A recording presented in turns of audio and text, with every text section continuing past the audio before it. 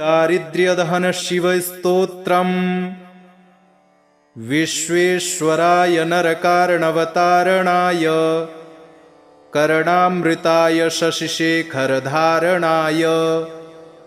कर्पूरकान्तिधवलाय जटाधराय दारिद्र्यदुःखदहनाय नमः शिवाय गौरीप्रियाय रजनीशकलाधराय कालान्तकाय भुजगाधिपकङ्कणाय गंगाधराय गजराजविमर्दनाय दारिद्र्यदुःखदहनाय नमः शिवाय भक्तिप्रियाय भवरोगभयापहाय उग्राय दुर्गभवसागरतारणाय ज्योतिर्मयाय गुणनामसुनृत्यकाय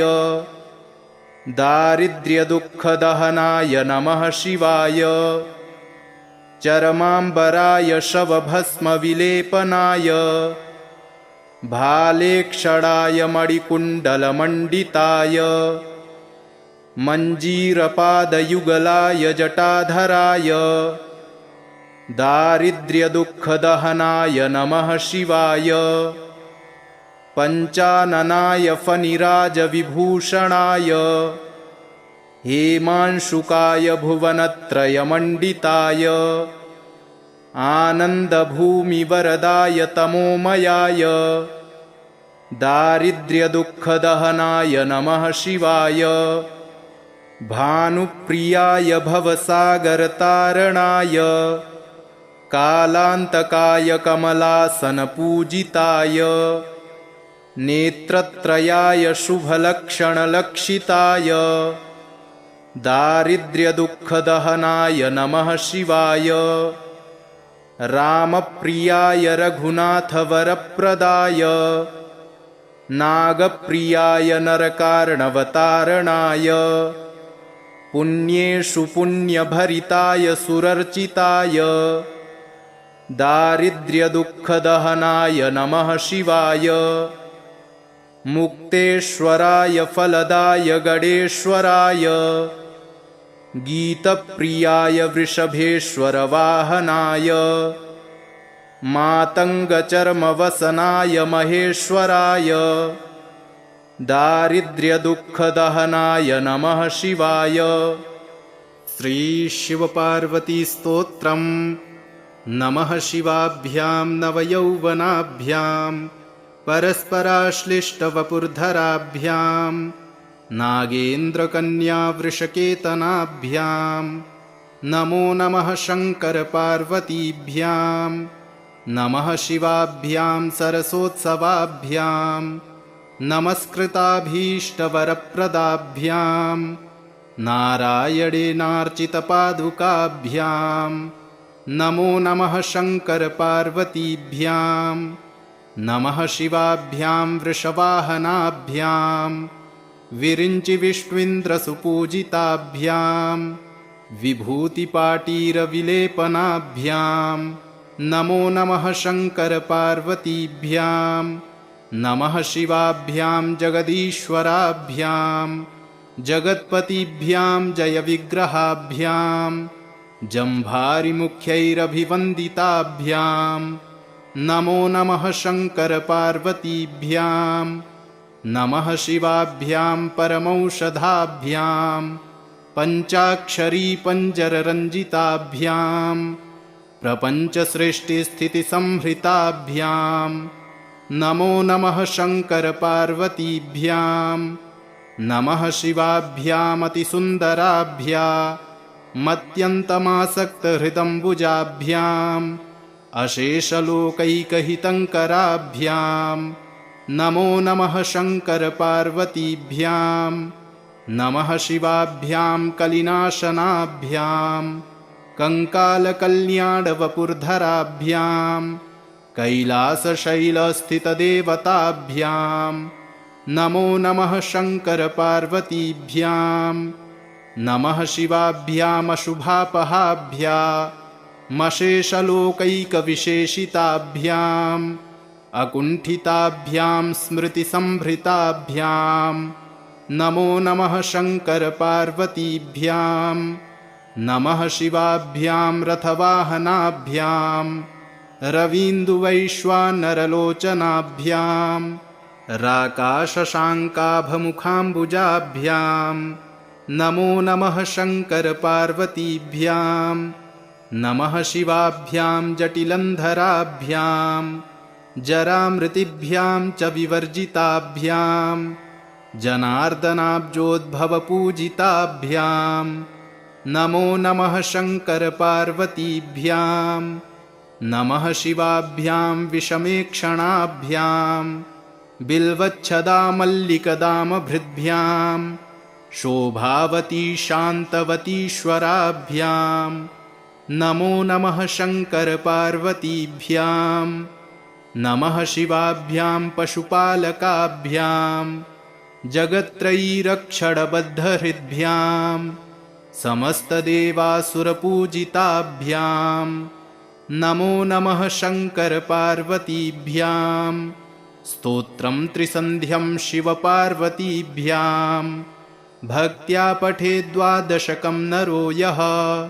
स सर्वसौभाग्यफलानि भुङ्क्ते शतायुरान्ते शिवलोकमेति। श्रीहरिहरष्टोत्तरशतनामस्तोत्रम्। गोविन्द माधव मुकुन्द हरे मुरारे, शम्भो शिवेश शशिशेखर शूलपाणे, दामोदराच्युत जनार्दन वासुदेव, त्याज्या भटाय इति सन्ततमामनन्ति। गङ्गाधरान्धकरिपोहर नीलकण्ठ, वैकुण्ठकैटभरिपो कमठाब्जपाणे, भूतेश खण्डपरशो मृडचण्डिकेश, त्याज्या भटाय इति सन्ततमामनन्ति। विष्णो नृसिंहमधुसूदन चक्रपाणे, गौरीपते गिरिशशङ्करचन्द्रचूड, नारायणासुरनिबर्हड शार्ङ्गपाणे, त्याज्या भटाय इति सन्ततमामनन्ति। मृत्युञ्जयोग्रविषमेक्षणकामशत्रो, श्रीकान्तपीतवसनाम्बुदनीलशौरे, ईशानकृत्तिवसनत्रिदशैकनाथ, त्याज्या भटाय इति सन्ततमामनन्ति। लक्ष्मीपते मधुरिपो पुरुषोत्तमाद्य, श्रीकण्ठदिग्वसन शान्तपिनाकपाणे, आनन्दकन्दधरणीधर पद्मनाभ, त्याज्या भटाय इति सन्ततमामनन्ति। सर्वेश्वर त्रिपुरसूदन देवदेव, ब्रह्मण्यदेव गरुडध्वज शङ्खपाणे, त्र्यक्षोरगाभरण बालमृगाङ्कमौले, त्याज्या भटाय इति सन्ततमामनन्ति। श्रीराम राघव रमेश्वर रावणारे, भूतेश मन्मथरिपो प्रमथाधिनाथ, चाडूरमर्दन हृषीकपते मुरारे, त्याज्या भटाय इति सन्ततमामनन्ति। शूलिन्गिरीश रजनीश कलावतंस, कंसप्रणाशन सनातन केशिनाश, भर्गत्रिनेत्र भवभूतपते पुरारे, त्याज्या भटाय इति सन्ततमामनन्ति। गोपीपते यदुपते वसुदेवसूनो, कर्पूरगौरवृषभध्वज फालनेत्र, गोवर्धनोद्धरण धर्मधुरीण गोप, त्याज्या भटाय इति सन्ततमामनन्ति। स्थाणो त्रिलोचन पिनाकधर स्मरारे, कृष्णानिरुद्धकमलाकर कल्मषारे, विश्वेश्वर त्रिपथगार्द्र जटाकलाप, त्याज्या भटाय इति सन्ततमामनन्ति। अष्टोत्तराधिकशतेन सुचारुनाम्नां, सन्दर्भितां ललितरत्नकदम्बकेन, सन्नायकां दृढगुडां निजकण्ठगतां यो कुर्यादिमां स्रजमहो संयमं न पश्येत्। गणावूचुः इत्थं द्विजेन्द्र निजभृत्य गणान् सदैव संशिक्षयेदवनिगान् स हि धर्मराजः। अन्येऽपि ये हरिहराङ्कधराधरायां ते दूरतः पुनरहो परिवर्जनीयाः। अगस्त्य उवाच यो धर्मराजचरितां ललितप्रबन्धां नामावलिं सकलकल्मषबीजहन्त्रीं धीरोऽत्र कौस्तुभभृतः शशिभूषणस्य नित्यं जपेत्स्तनरसं न पिबेत् स मातुः। इति शृण्वन् कथां रम्यां शिवशर्मा प्रियेण घां प्रहर्षवक्त्रः पुरतो ददर्श सरसीं पुरीं। विश्वेश्वराय नरकार्णवतारणाय कर्णामृताय शशिशेखरधारणाय कर्पूरकान्तिधवलाय जटाधराय दारिद्र्यदुःखदहनाय नमः शिवाय। गौरीप्रियाय रजनीशकलाधराय कालान्तकाय भुजगाधिपकङ्कणाय गङ्गाधराय गजराजविमर्दनाय दारिद्र्यदुःखदहनाय नमः शिवाय। भक्तिप्रियाय भवरोगभयापहाय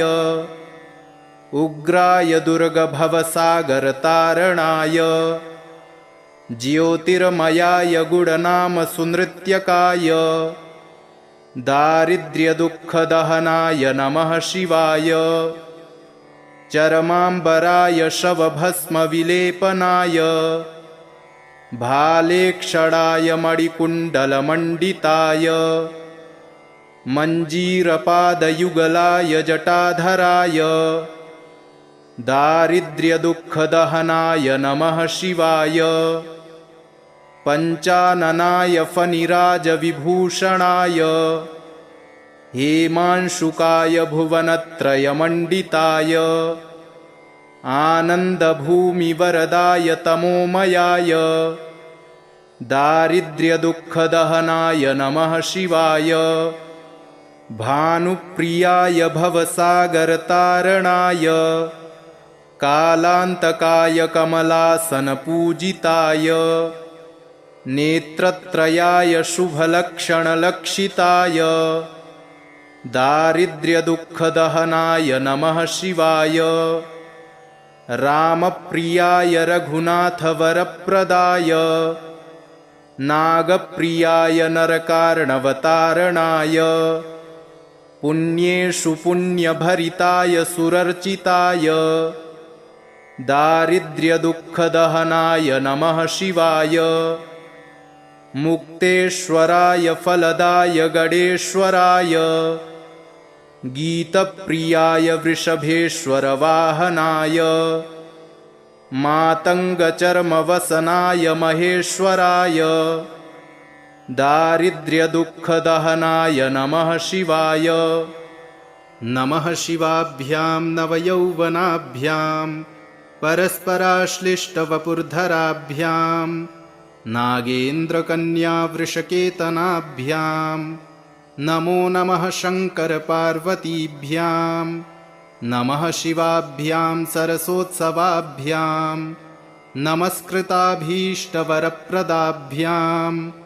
नारायणेनार्चितपादुकाभ्यां नमो नमः शङ्करपार्वतीभ्यां। नमः शिवाभ्यां वृषवाहनाभ्यां विरिञ्चिविष्णुन्द्रसुपूजिताभ्यां विभूतिपाटीरविलेपनाभ्यां नमो नमः शङ्करपार्वतीभ्यां। नमः शिवाभ्यां जगदीश्वराभ्यां जगत्पतिभ्यां जयविग्रहाभ्यां जम्भारिमुख्यैरभिवन्दिताभ्यां नमो नमः शङ्करपार्वतीभ्यां। नमः शिवाभ्यां परमौषधाभ्यां पञ्चाक्षरी पञ्जररञ्जिताभ्यां प्रपञ्चसृष्टिस्थितिसंहृताभ्यां नमो नमः शङ्करपार्वतीभ्यां नमः शिवाभ्यामतिसुन्दराभ्यामत्यन्तमासक्तहृदम्बुजाभ्याम् अशेषलोकैकहितङ्कराभ्यां नमो नमः शङ्करपार्वतीभ्यां नमः शिवाभ्यां कलिनाशनाभ्यां कङ्कालकल्याणवपुर्धराभ्यां कैलासशैलस्थितदेवताभ्यां नमो नमः शङ्करपार्वतीभ्यां नमः शिवाभ्यामशुभापहाभ्यामशेषलोकैकविशेषिताभ्याम् अकुण्ठिताभ्यां स्मृतिसंभृताभ्यां नमो नमः शङ्करपार्वतीभ्यां नमः शिवाभ्यां रथवाहनाभ्यां रवीन्दुवैश्वानरलोचनाभ्यां राकाशशाङ्काभमुखाम्बुजाभ्यां नमो नमः शङ्करपार्वतीभ्यां नमः शिवाभ्यां जटिलन्धराभ्यां जरामृतिभ्यां च विवर्जिताभ्यां जनार्दनाब्जोद्भवपूजिताभ्यां नमो नमः शङ्करपार्वतीभ्यां नमः शिवाभ्यां विषमेक्षणाभ्यां बिल्वच्छदामल्लिकदामभृद्भ्यां शोभावती शान्तवतीश्वराभ्यां नमो नमः शङ्करपार्वतीभ्यां नमः शिवाभ्यां पशुपालकाभ्यां जगत्त्रयीरक्षणबद्धहृद्भ्यां समस्तदेवासुरपूजिताभ्यां नमो नमः शङ्करपार्वतीभ्यां स्तोत्रं त्रिसन्ध्यं शिवपार्वतीभ्यां भक्त्या पठेद्वादशकं नरो यः स सर्वसौभाग्यफलानि भुङ्क्ते शतायुरान्ते शिवलोकमेति गोविन्द माधव मुकुन्द हरे मुरारे शम्भो शिवेश शशिशेखर शूलपाणे दामोदराच्युत जनार्दन वासुदेव त्याज्या भटाय इति सन्ततमामनन्ति गङ्गाधरान्धकरिपोहरनीलकण्ठ वैकुण्ठकैटभरिपोकमठाब्जपाणे भूतेशखण्डपरशो मृडचण्डिकेश त्याज्या भटाय इति सन्ततमामनन्ति विष्णो नृसिंहमधुसूदनचक्रपाणे गौरीपते गिरिशशङ्करचन्द्रचूड नारायणासुरनिबर्हडशार्ङ्गपाणे त्याज्या भटाय इति सन्ततमामनन्ति मृत्युञ्जयोग्रविषमेक्षणकामशत्रो श्रीकान्तपीतवसनाम्बुदनीलशौरे ईशानकृत्तिवसनत्रिदशैकनाथ त्याज्या भटाय इति सन्ततमामनन्ति लक्ष्मीपते मधुरिपो पुरुषोत्तमाद्य श्रीकण्ठदिग्वसनशान्तपिनाकपाणे आनन्दकन्दधरणीधरपद्मनाभ त्याज्या भटाय इति सन्ततमामनन्ति सर्वेश्वर त्रिपुरसूदन देवदेव ब्रह्मण्यदेव गरुडध्वज शङ्खपाणे त्र्यक्षोरगाभरणबालमृगाङ्कमौले त्याज्या भटाय इति सन्ततमामनन्ति श्रीराम राघव रमेश्वर रावणारे भूतेश मन्मथरिपो प्रमथाधिनाथ चाडूरमर्दन ऋषिकपते मुरारे त्याज्या भटाय इति सन्ततमामनन्ति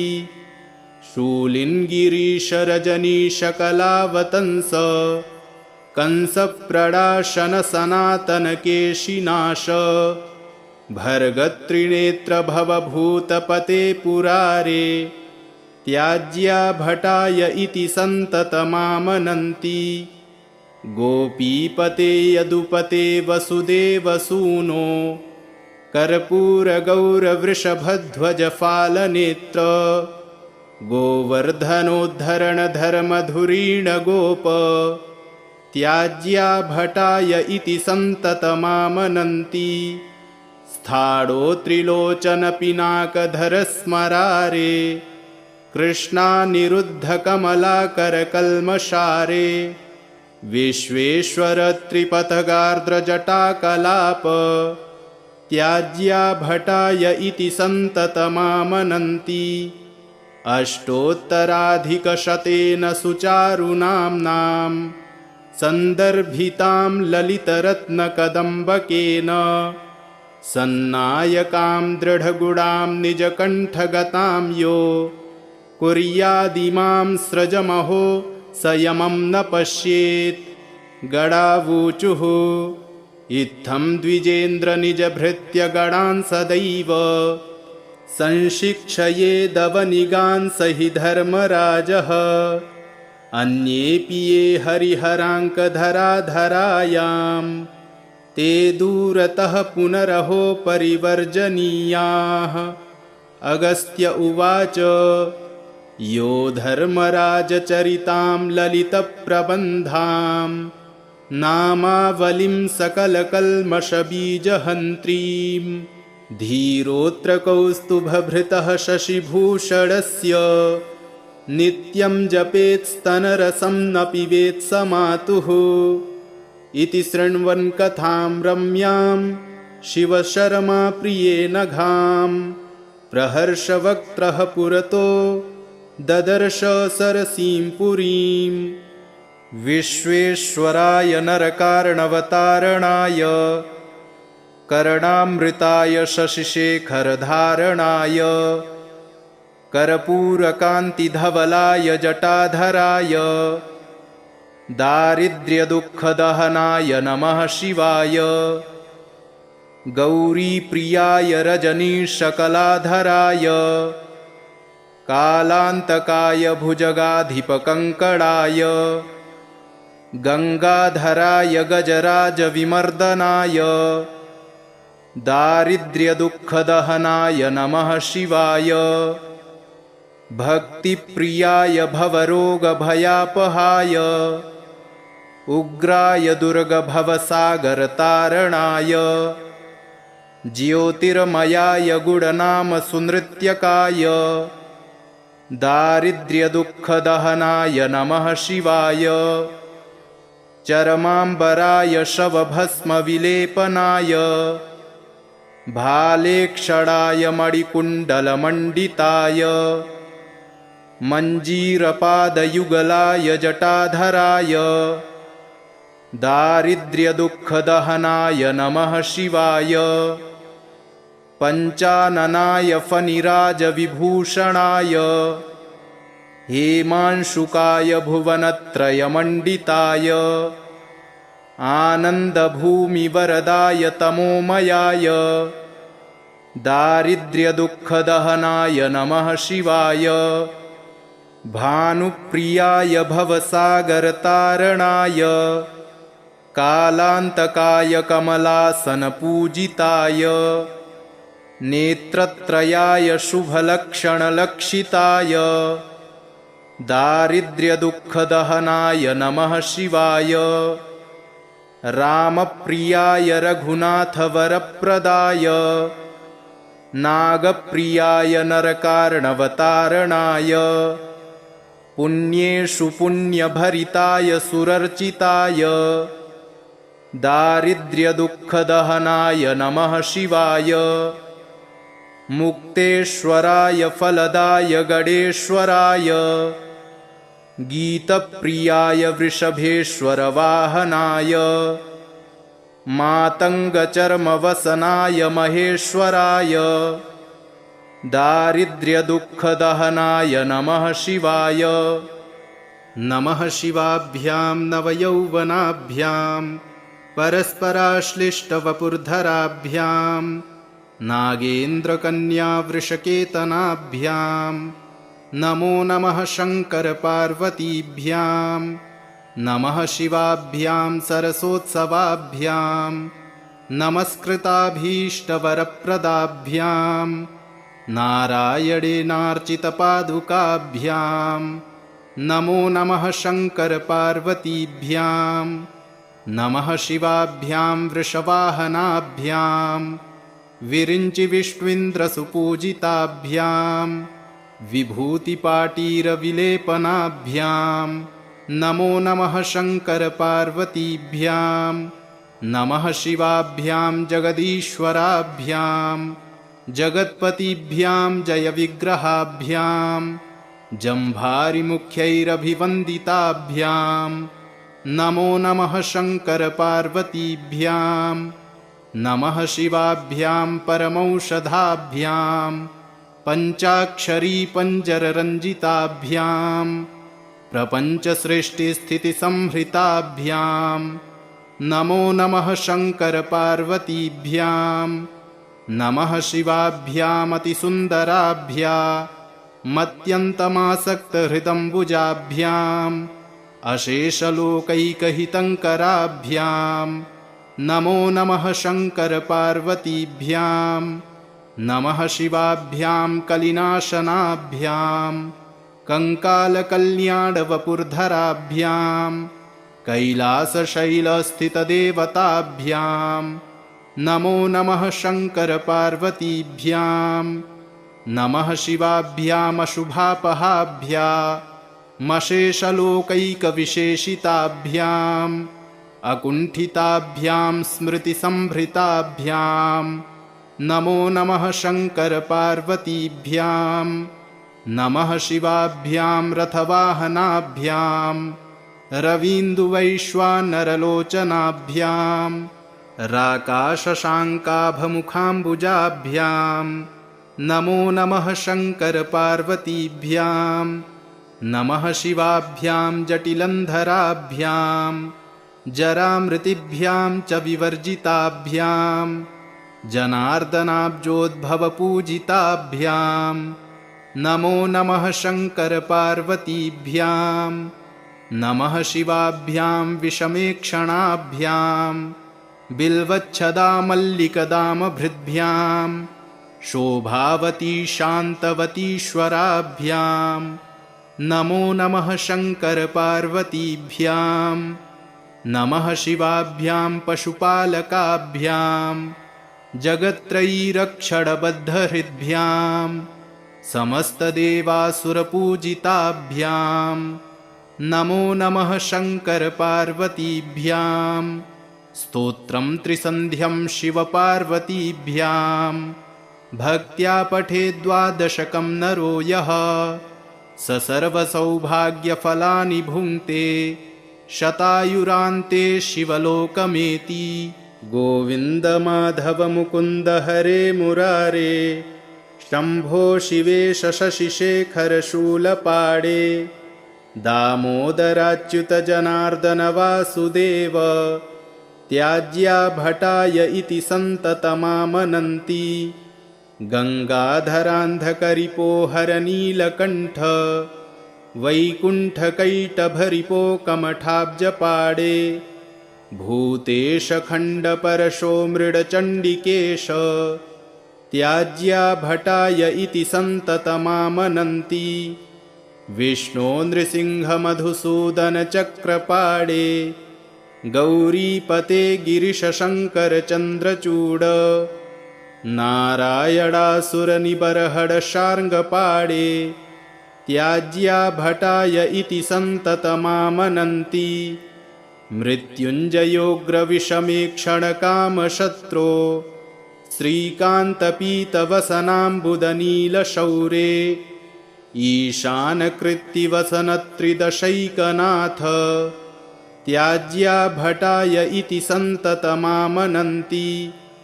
लक्ष्मीपते मधुरिपो पुरुषोत्तमाद्य श्रीकण्ठदिग्वसनशान्तपिनाकपाणे आनन्दकन्दधरणीधरपद्मनाभ त्याज्या भटाय इति सन्ततमामनन्ति सर्वेश्वर त्रिपुरसूदन देवदेव ब्रह्मण्यदेव गरुडध्वज शङ्खपाणे त्र्यक्षोरगाभरण बालमृगाङ्कमौले त्याज्या भटाय इति सन्ततमामनन्ति श्रीराम राघव रमेश्वर रावणारे भूतेश मन्मथ रिपो प्रमथाधिनाथ चाडूरमर्दन ऋषिकपते मुरारे त्याज्या भटाय इति सन्ततमामनन्ति शूलिन्गिरीश रजनीश कलावतंस कंसप्रणाशन सनातन केशिनाश भर्गत्रिनेत्र भवभूतपते पुरारे त्याज्या भटाय इति सन्ततमामनन्ति गोपीपते यदुपते वसुदेवसूनो कर्पूरगौरवृषभध्वज फालनेत्र गोवर्धनोद्धरण धर्मधुरीण गोप त्याज्या भटाय इति सन्ततमामनन्ति स्थाणो त्रिलोचन पिनाकधर स्मरारे कृष्णानिरुद्धकमलाकर कल्मषारे विश्वेश्वर त्रिपथगार्द्र जटाकलाप त्याज्या भटाय इति सन्ततमामनन्ति अष्टोत्तराधिकशतेन सुचारुनाम्नां सन्दर्भितां ललितरत्नकदम्बकेन सन्नायकां दृढगुडां निजकण्ठगतां यो कुर्यादिमां स्रजमहो संयमं न पश्येत् गडावूचुः इत्थं द्विजेन्द्र निजभृत्य गणान् सदैव संशिक्षयेदवनिगान् स हि धर्मराजः अन्येऽपि ये हरिहराङ्कधराधरायां ते दूरतः पुनरहो परिवर्जनीयाः अगस्त्य उवाच यो धर्मराजचरितां ललितप्रबन्धां नामावलिं सकलकल्मषबीजहन्त्रीं धीरोऽत्र कौस्तुभभृतः शशिभूषणस्य नित्यं जपेत्स्तनरसं न पिबेत् स मातुः इति शृण्वन् कथां रम्यां शिवशर्मा प्रियेण घां प्रहर्षवक्त्रः पुरतो ददर्श सरसीं पुरीं विश्वेश्वराय नरकार्णवतारणाय कर्णामृताय शशिशेखरधारणाय कर्पूरकान्तिधवलाय जटाधराय दारिद्र्यदुःखदहनाय नमः शिवाय गौरीप्रियाय रजनीशकलाधराय कालान्तकाय भुजगाधिपकङ्कणाय गङ्गाधराय गजराजविमर्दनाय दारिद्र्यदुःखदहनाय नमः शिवाय भक्तिप्रियाय भवरोगभयापहाय उग्राय दुर्गभवसागरतारणाय ज्योतिर्मयाय गुणनामसुनृत्यकाय दारिद्र्यदुःखदहनाय नमः शिवाय चरमाम्बराय शवभस्मविलेपनाय भालेक्षणाय मणिकुण्डलमण्डिताय मञ्जीरपादयुगलाय जटाधराय दारिद्र्यदुःखदहनाय नमः शिवाय पञ्चाननाय फणिराजविभूषणाय हेमांशुकाय भुवनत्रयमण्डिताय आनन्दभूमिवरदाय तमोमयाय दारिद्र्यदुःखदहनाय नमः शिवाय भानुप्रियाय भवसागरतारणाय कालान्तकाय कमलासनपूजिताय नेत्रत्रयाय शुभलक्षणलक्षिताय दारिद्र्यदुःखदहनाय नमः शिवाय रामप्रियाय रघुनाथवरप्रदाय नागप्रियाय नरकार्णवतारणाय पुण्येषु पुण्यभरिताय सुरर्चिताय दारिद्र्यदुःखदहनाय नमः शिवाय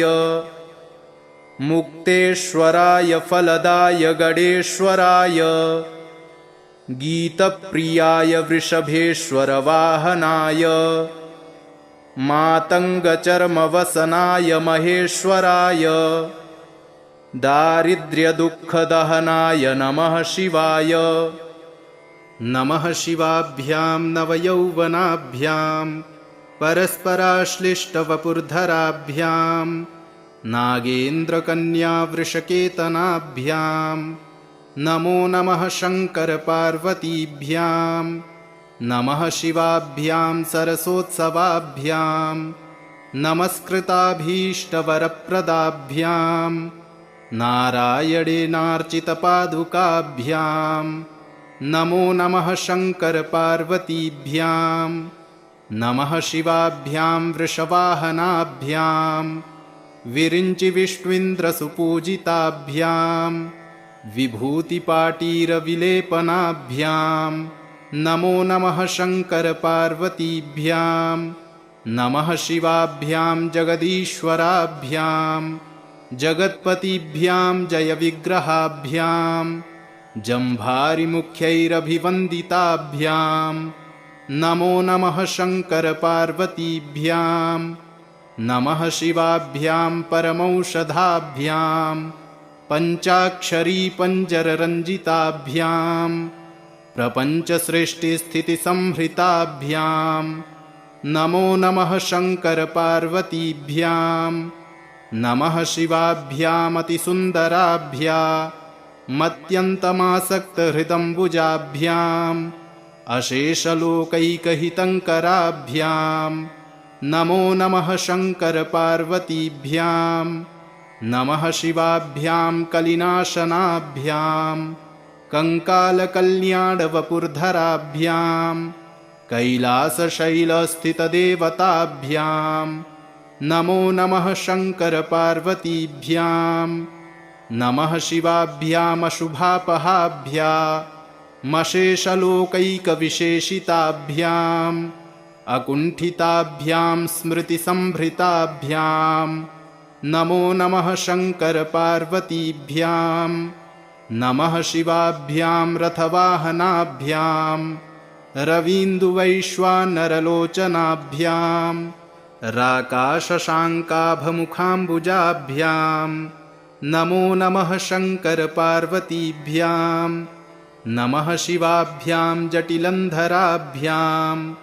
जरामृतिभ्यां च विवर्जिताभ्यां जनार्दनाब्जोद्भवपूजिताभ्यां नमो नमः शङ्करपार्वतीभ्यां नमः शिवाभ्यां विषमेक्षणाभ्यां बिल्वच्छदामल्लिकदामभृद्भ्यां शोभावती शान्तवतीश्वराभ्यां नमो नमः शङ्करपार्वतीभ्यां नमः शिवाभ्यां पशुपालकाभ्यां जगत्त्रयीरक्षणबद्धहृद्भ्यां समस्तदेवासुरपूजिताभ्यां नमो नमः शङ्करपार्वतीभ्यां स्तोत्रं त्रिसन्ध्यं शिवपार्वतीभ्यां भक्त्या पठेद्वादशकं नरो यः स सर्वसौभाग्यफलानि भुङ्क्ते शतायुरान्ते शिवलोकमेति गोविन्द माधव मुकुन्द हरे मुरारे शम्भो शिवेश शशिशेखर शूलपाणे दामोदराच्युत जनार्दन वासुदेव त्याज्या भटाय इति सन्ततमामनन्ति गङ्गाधरान्धकरिपोहरनीलकण्ठ वैकुण्ठकैटभरिपो कमठाब्जपाडे भूतेशखण्डपरशो मृडचण्डिकेश त्याज्या भटाय इति सन्ततमामनन्ति विष्णो नृसिंहमधुसूदनचक्रपाणे गौरीपते गिरिशशङ्करचन्द्रचूड नारायणासुरनिबर्हडशार्ङ्गपाणे त्याज्या भटाय इति सन्ततमामनन्ति मृत्युञ्जयोग्रविषमेक्षणकामशत्रो श्रीकान्तपीतवसनाम्बुदनीलशौरे ईशानकृत्तिवसनत्रिदशैकनाथ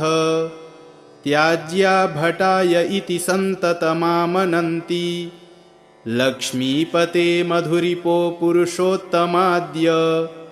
श्रीकण्ठदिग्वसनशान्तपिनाकपाणे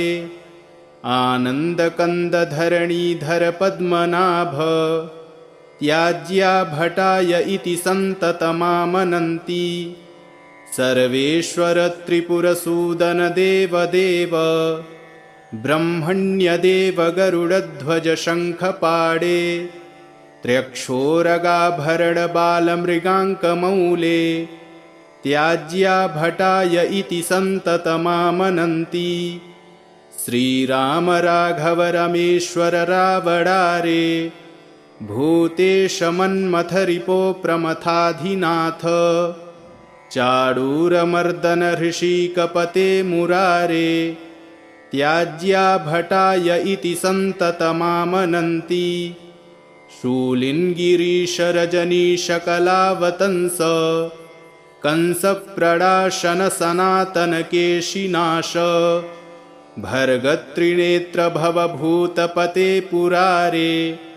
त्याज्या भटाय इति सन्ततमामनन्ति गोपीपते यदुपते वसुदेवसूनो कर्पूरगौरवृषभध्वजफालनेत्र गोवर्धनोद्धरणधर्मधुरीण गोप त्याज्या भटाय इति सन्ततमामनन्ति स्थाणोत्रिलोचनपिनाकधरस्मरारे कृष्णानिरुद्धकमलाकरकल्मषारे विश्वेश्वर त्रिपथगार्द्रजटाकलाप त्याज्या भटाय इति सन्ततमामनन्ति अष्टोत्तराधिकशतेन सुचारुनाम्नां सन्दर्भितां ललितरत्नकदम्बकेन सन्नायकां दृढगुडां निजकण्ठगतां यो कुर्यादिमां स्रजमहो संयमं न पश्येत् गडावूचुः इत्थं द्विजेन्द्र निजभृत्य गणान् सदैव संशिक्षयेदवनिगान् स हि धर्मराजः अन्येऽपि ये हरिहराङ्कधराधरायां ते दूरतः पुनरहो परिवर्जनीयाः अगस्त्य उवाच यो धर्मराजचरितां ललितप्रबन्धां नामावलिं सकलकल्मषबीजहन्त्रीं धीरोऽत्र कौस्तुभभृतः शशिभूषणस्य नित्यं जपेत्स्तनरसं न पिबेत् स मातुः इति शृण्वन् कथां रम्यां शिवशर्मा प्रियेण घां प्रहर्षवक्त्रः पुरतो ददर्श सरसीं पुरीं विश्वेश्वराय नरकार्णवतारणाय कर्णामृताय शशिशेखरधारणाय कर्पूरकान्तिधवलाय जटाधराय दारिद्र्यदुःखदहनाय नमः शिवाय गौरीप्रियाय रजनीशकलाधराय कालान्तकाय भुजगाधिपकङ्कणाय गङ्गाधराय गजराजविमर्दनाय दारिद्र्यदुःखदहनाय नमः शिवाय भक्तिप्रियाय भवरोगभयापहाय उग्राय दुर्गभवसागरतारणाय ज्योतिर्मयाय गुणनामसुनृत्यकाय दारिद्र्यदुःखदहनाय नमः शिवाय चरमाम्बराय शवभस्मविलेपनाय भालेक्षणाय मणिकुण्डलमण्डिताय मञ्जीरपादयुगलाय जटाधराय दारिद्र्यदुःखदहनाय नमः शिवाय पञ्चाननाय फणिराजविभूषणाय हेमांशुकाय भुवनत्रयमण्डिताय आनन्दभूमिवरदाय तमोमयाय दारिद्र्यदुःखदहनाय नमः शिवाय भानुप्रियाय भवसागरतारणाय कालान्तकाय कमलासनपूजिताय नेत्रत्रयाय शुभलक्षणलक्षिताय दारिद्र्यदुःखदहनाय नमः शिवाय रामप्रियाय रघुनाथवरप्रदाय नागप्रियाय नरकार्णवतारणाय पुण्येषु पुण्यभरिताय सुरर्चिताय दारिद्र्यदुःखदहनाय नमः शिवाय मुक्तेश्वराय फलदाय गणेश्वराय गीतप्रियाय वृषभेश्वरवाहनाय मातङ्गचर्मवसनाय महेश्वराय दारिद्र्यदुःखदहनाय नमः शिवाय नमः शिवाभ्यां नवयौवनाभ्यां परस्पराश्लिष्टवपुर्धराभ्यां नागेन्द्रकन्यावृषकेतनाभ्यां नमो नमः शङ्करपार्वतीभ्यां नमः शिवाभ्यां सरसोत्सवाभ्यां नमस्कृताभीष्टवरप्रदाभ्यां नारायणेनार्चितपादुकाभ्यां नमो नमः शङ्करपार्वतीभ्यां नमः शिवाभ्यां वृषवाहनाभ्यां विरिञ्चिविष्णुन्द्रसुपूजिताभ्यां विभूतिपाटीरविलेपनाभ्यां नमो नमः शङ्करपार्वतीभ्यां नमः शिवाभ्यां जगदीश्वराभ्यां जगत्पतिभ्यां जयविग्रहाभ्यां जम्भारिमुख्यैरभिवन्दिताभ्यां नमो नमः शङ्करपार्वतीभ्यां नमः शिवाभ्यां परमौषधाभ्यां पञ्चाक्षरीपञ्जररञ्जिताभ्यां प्रपञ्चसृष्टिस्थितिसंहृताभ्यां नमो नमः शङ्करपार्वतीभ्यां नमः शिवाभ्यामतिसुन्दराभ्यामत्यन्तमासक्तहृदम्बुजाभ्याम् अशेषलोकैकहितङ्कराभ्यां नमो नमः शङ्करपार्वतीभ्यां नमः शिवाभ्यां कलिनाशनाभ्यां कङ्कालकल्याणवपुर्धराभ्यां कैलासशैलस्थितदेवताभ्यां नमो नमः शङ्करपार्वतीभ्यां नमः शिवाभ्यामशुभापहाभ्यामशेषलोकैकविशेषिताभ्याम् अकुण्ठिताभ्यां स्मृतिसंभृताभ्यां नमो नमः शङ्करपार्वतीभ्यां नमः शिवाभ्यां रथवाहनाभ्यां रवीन्दुवैश्वानरलोचनाभ्यां राकाशशाङ्काभमुखाम्बुजाभ्यां नमो नमः शङ्करपार्वतीभ्यां नमः शिवाभ्यां जटिलन्धराभ्यां जरामृतिभ्यां च विवर्जिताभ्यां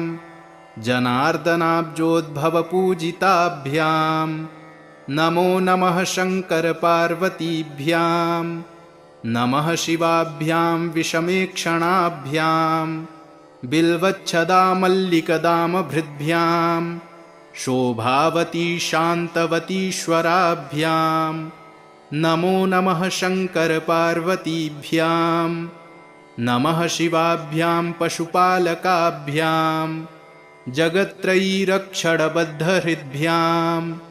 समस्तदेवासुरपूजिताभ्यां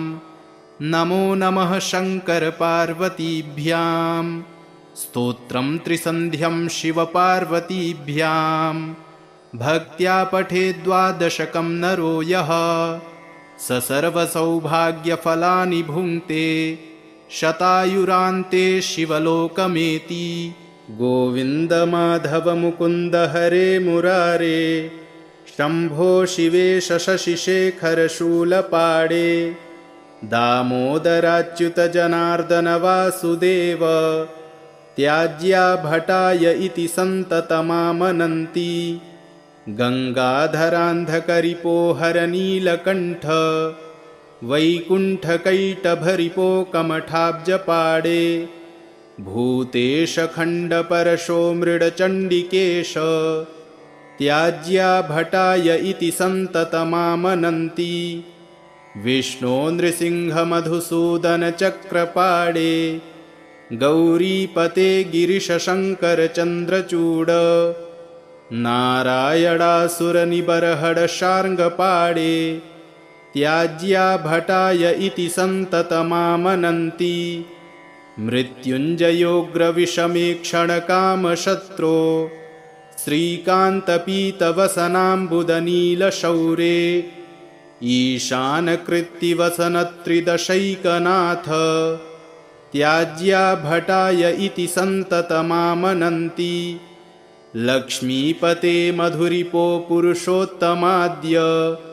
श्रीकण्ठदिग्वसन शान्तपिनाकपाणे आनन्दकन्दधरणीधर पद्मनाभ त्याज्या भटाय इति सन्ततमामनन्ति। सर्वेश्वर त्रिपुरसूदन देवदेव ब्रह्मण्यदेव गरुडध्वज शङ्खपाणे त्र्यक्षोरगाभरण बालमृगाङ्कमौले त्याज्या भटाय इति सन्ततमामनन्ति। श्रीराम राघव रमेश्वर रावणारे भूतेश मन्मथरिपो प्रमथाधिनाथ चाडूरमर्दन हृषीकपते मुरारे त्याज्या भटाय इति सन्ततमामनन्ति। शूलिन्गिरीश रजनीश कलावतंस कंसप्रडाशन सनातन केशिनाश भर्गत्रिनेत्र भवभूतपते पुरारे त्याज्या भटाय इति सन्ततमामनन्ति। गोपीपते यदुपते वसुदेवसूनो कर्पूरगौरवृषभध्वज फालनेत्र गोवर्धनोद्धरण धर्मधुरीण गोप त्याज्या भटाय इति सन्ततमामनन्ति। स्थाणो त्रिलोचन पिनाकधर स्मरारे कृष्णानिरुद्धकमलाकर कल्मषारे विश्वेश्वर त्रिपथगार्द्र जटाकलाप त्याज्या भटाय इति सन्ततमामनन्ति। अष्टोत्तराधिकशतेन सुचारुनाम्नां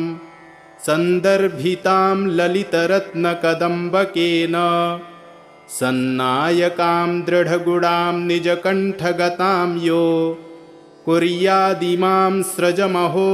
संयमं न पश्येत्। गडावूचुः इत्थं द्विजेन्द्र निजभृत्य गणान् सदैव संशिक्षयेदवनिगान् स हि धर्मराजः। अन्येऽपि ये हरिहराङ्कधराधरायां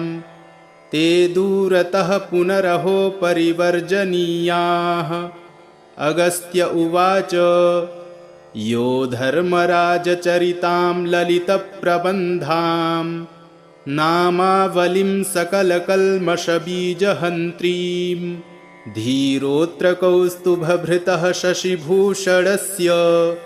नित्यं जपेत्स्तनरसं न पिबेत् स मातुः।